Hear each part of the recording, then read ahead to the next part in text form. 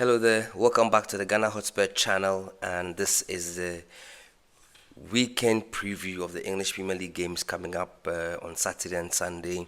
Let's go right in. Let's start with Aston Villa versus Nottingham Forest.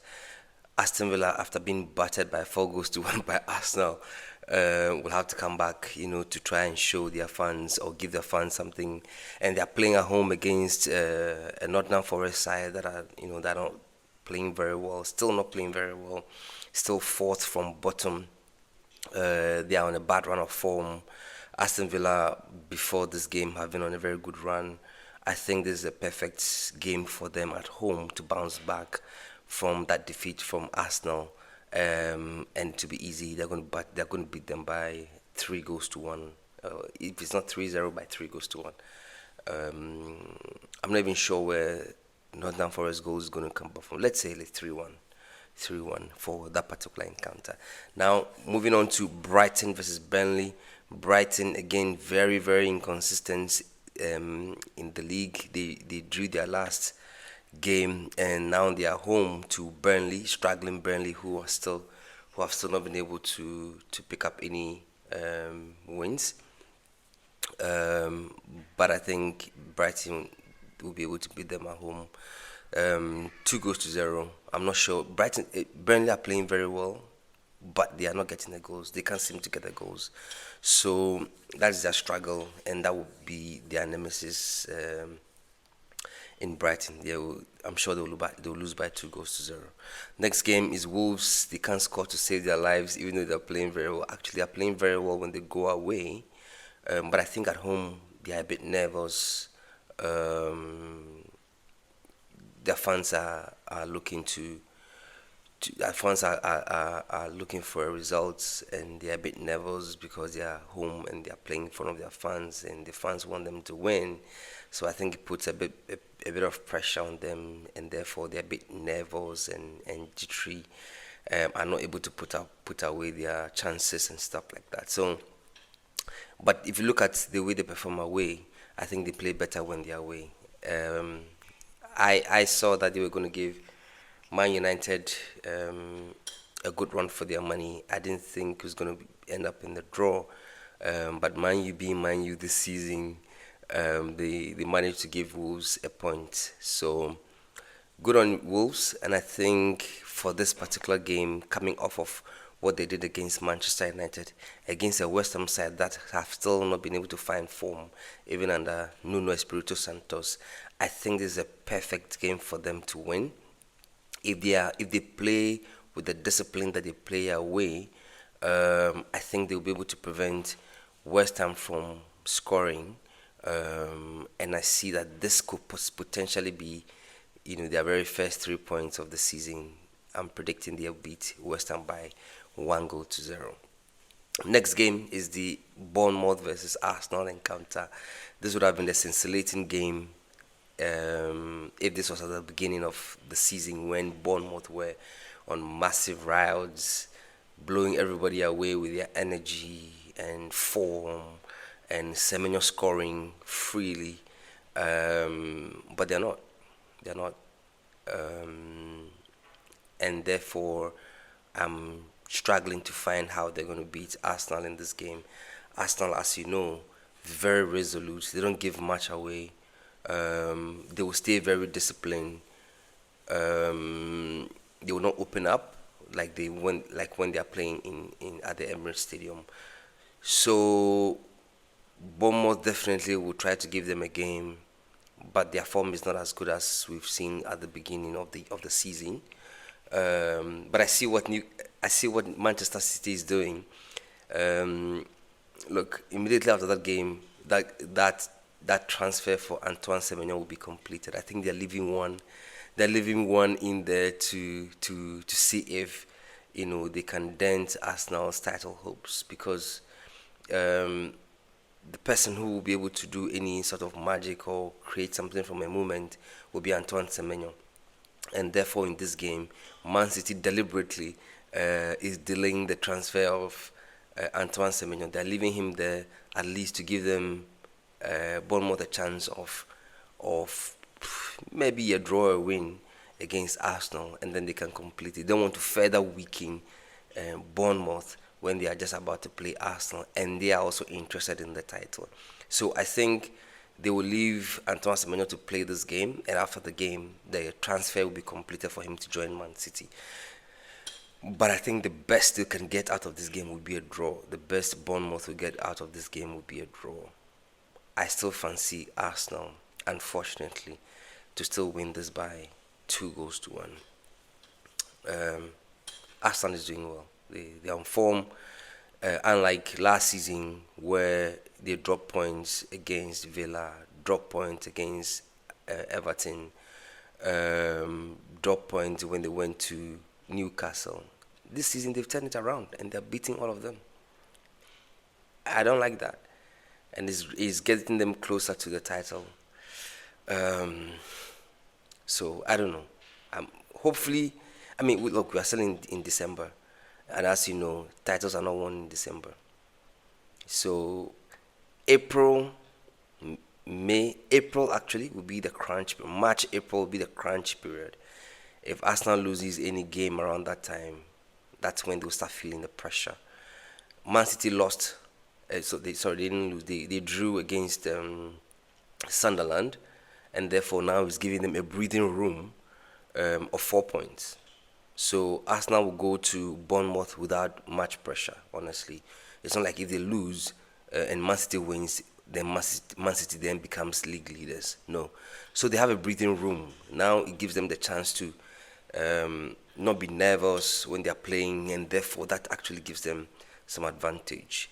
And I think they're going to win this one as well by 2-1, unfortunately. Okay, now let's move on to the next games, which will be on Sunday.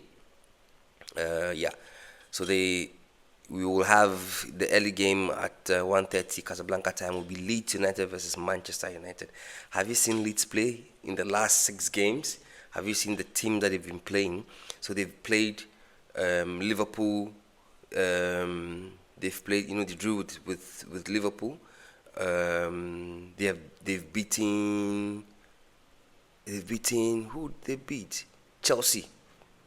3-1 or 4-1. Who else?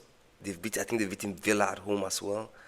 Look, they are playing in their last 6 games or so. They've won 2 and drawn 4. They haven't lost a game.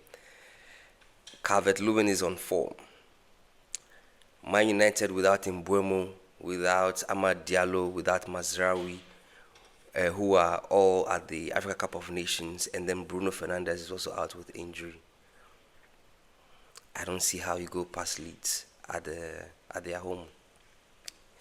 It will be very difficult. So unfortunately for the Man United guys, I don't see how you guys are going to beat Leeds United in that game. They are playing. They are in form. They are confident. They are playing for each other. They are putting in the tackles. They are aggressive. And this will be very important ingredient when they play Man United at home on Sunday. And if Man United don't bring that kind of energy, that physicality, it will be difficult. My prediction for that game leads to Manchester United 1. Then there is Everton-Brentford. I think Everton will win this one. Brentford managed to get a lot of very good points on the board, but their away form hasn't been great lately. Everton looks most likely to win this one. I'll give this one 1-0 to Everton. Then there's Fulham versus Liverpool. Liverpool, I thought they were out of the doldrums with the, I think, 4-game run of victories. But they surprised me with the Leeds performance. I'm not sure. This was Anfield. They couldn't get it over the line. Fulham, they haven't been, superb. They've just been Fulham mid-table performances, mid-table team. Sometimes we give the top teams a hard run for their money. I'm not really sure Liverpool have what the extra magic is in this particular game to get over the line. It looks, if Fulham actually comes to the party with all the physicality to match Liverpool, this could potentially be a draw. but I think Liverpool will nick it. So I'll give it 1-0 to Liverpool. Newcastle, Crystal Palace. Crystal Palace, as you know, off form these days. I think the Europa League, not Europa League, Conference League is actually taking a toll. You saw it in the game against Tottenham Hotspur. They were knackered in the last 15 to 20 minutes of that particular game, and they've been off form as well. They couldn't beat Fulham, at home. Tottenham Hotspur went there to beat them. So up against Newcastle at the St James's Park, I don't see how they're going to win that game. Even the draw will be difficult. Newcastle should be able to pick this, all 3 points for this particular encounter after beating Burnley in the last game by 3-1. Now they're back home at the St James's Park, difficult grounds.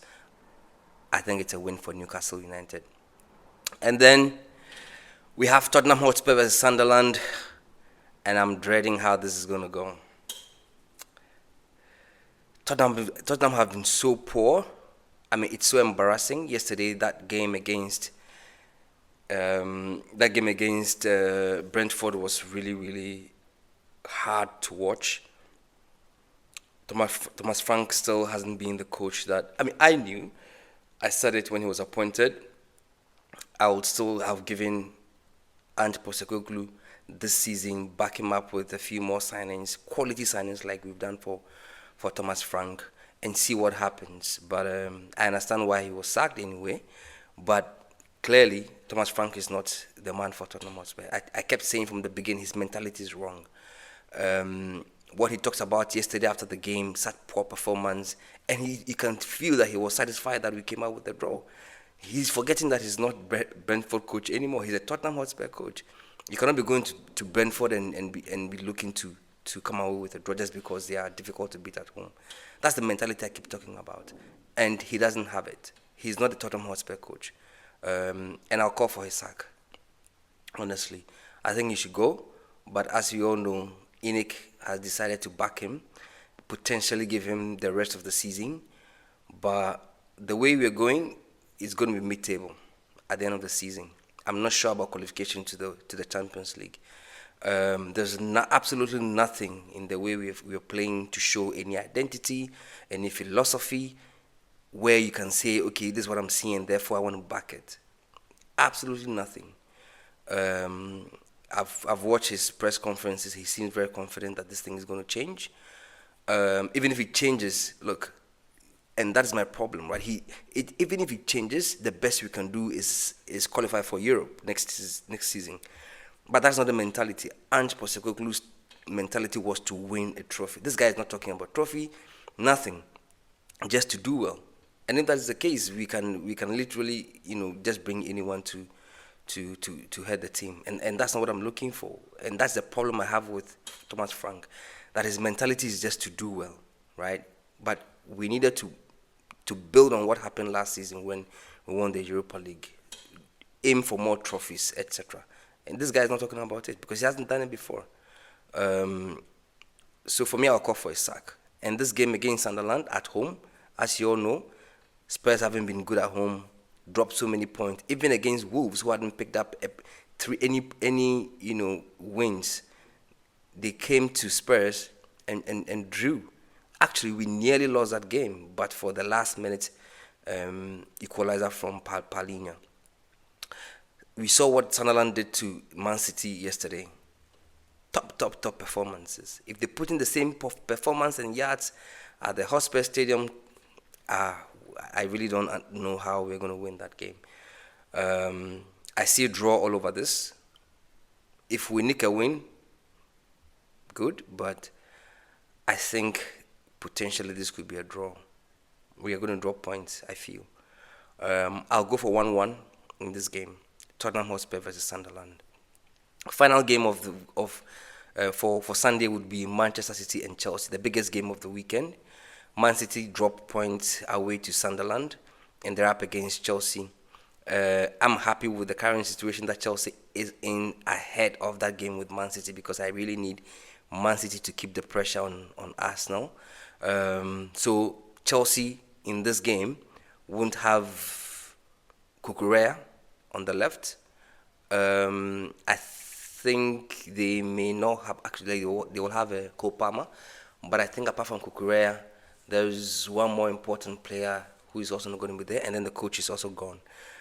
So currently they are in a state of limbo ahead of that all important game versus Man City.